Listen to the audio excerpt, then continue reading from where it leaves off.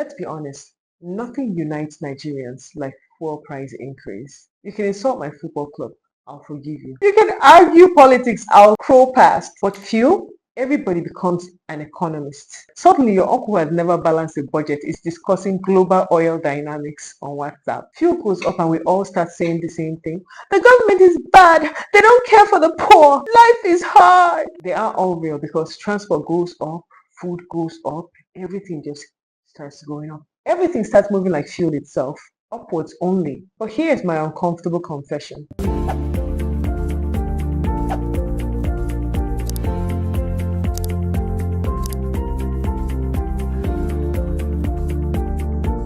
For the longest time, I was upset about fuel subsidy without even knowing what fuel subsidy was. I just knew it was supposed to help us, and now it's gone. So obviously, my village people were involved. But then the real question hit me.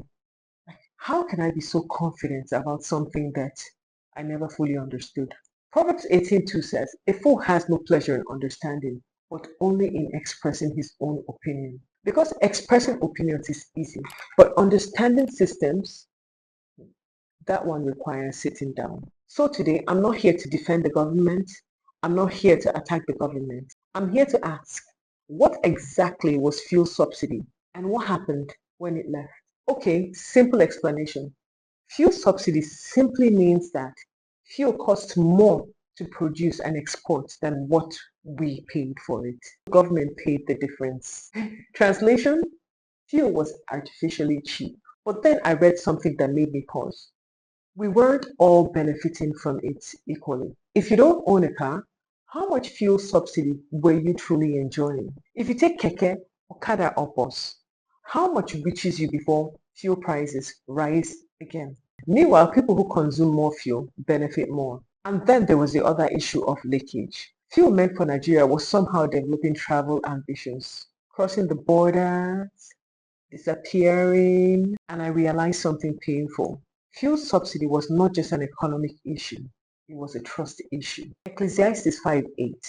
If you seek the oppression of the poor, and justice, and rights denied, do not be surprised, for one official is watched by a higher one.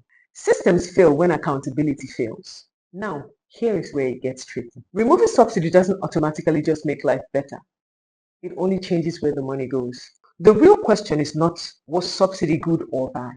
The real question we should be asking is, what replaced it? Were transport systems improved? Were wages adjusted? Was healthcare strengthened? Was education supported? Because policy is not magic. Hosea 4:6 says, "My people are destroyed for lack of knowledge," not lack of protests, not lack of prayers, but lack of knowledge. So here's the uncomfortable truth. Fuel subsidy removal exposed us. It exposed how much we depend on one resource. It exposed weak infrastructure. It exposed that we don't trust promises anymore, but it also exposed one crucial thing. We don't read policies anymore, we react to consequences. And reacting is human, but reasoning is power. Luke 14:28 says, "Suppose one of you wants to build a tower. Won't you first of all sit down and estimate the cost first?" Policies are power. If the cost is not counted, collapse is guaranteed. So where does that leave us? Not in silence, not in anger, but in informed pressure. Where is the subsidy money now? How is it being tracked? What timeline exists for relief? What alternatives are being built? Because outrage fails, but records remain. Proverbs 4:7 says, "Wisdom is the principal thing, so get wisdom, and in all your gettings, get understanding." This channel is not about telling you what to think. It's about reminding you to think. Fuel subsidy is gone. The pain is real, but ignorance will only make the pain permanent. This is Rebecca Unplugged. We don't outsource our thinking. We learn together. Hasta pronto!